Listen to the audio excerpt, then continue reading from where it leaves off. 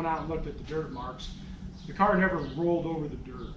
The car hit the ground, hit the ground, hit the ground, hit the ground.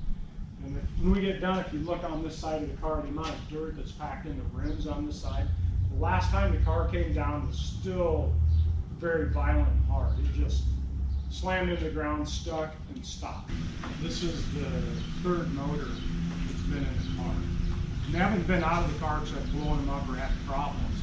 It's because every iteration of the motor has gone up probably, I think the first one was 680 horsepower and it's jumped up roughly about 250 each time.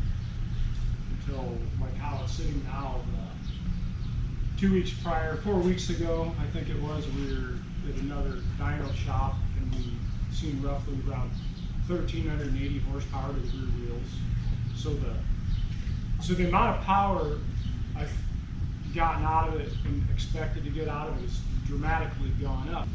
Now, I was 25 years in the Malcolm Fire Department with 80 mile an hour with the interstate, and I've seen a lot of wrecks similar to this. And when I walked up to that, I would have expected a fatality, to be honest with you.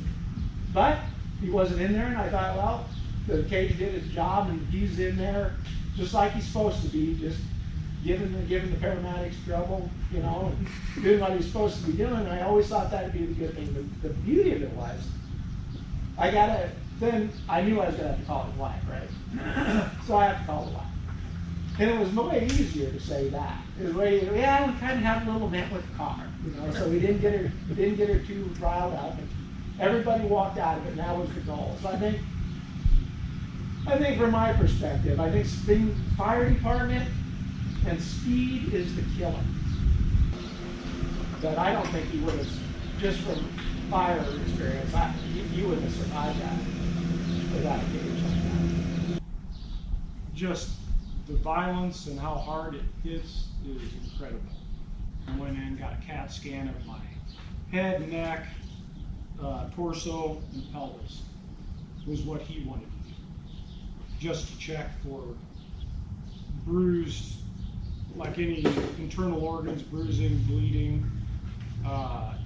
Scott Schroeder, which I'm sure you know, he was the other doctor that looked at it, and they looked really close for like your blood vessels, your arteries, to see if there's any bruising, bleeding, which then that shows signs. How they interpreted it to me is of head or neck. It took a long time to stop. I mean, once it finally come to a complete stop. And like Wes said, everything happened in slow motion. Went in the ditch. I thought I seen grass. I thought I was sliding. It's like, oh shit, this ain't gonna be too bad. My first thought was, hopefully I just slide to a stop and they just gotta drag me out of the ditch. Then it hit the first time. I mean, like hard, really hard. Went in the air, silence again, and then it hit the second time, and then it hit the third time. And I was thinking, okay, we'll be slowing down. But it kept going, whatever, the 7, 9 more times. And the last time it hit, I was sitting there thinking, it's like, shit, the last 2 times were still a lot. The horse was like, I don't know when this is going to stop. Because it was hitting so hard each time. And then it stopped the last time, it was like, shit, that was hard.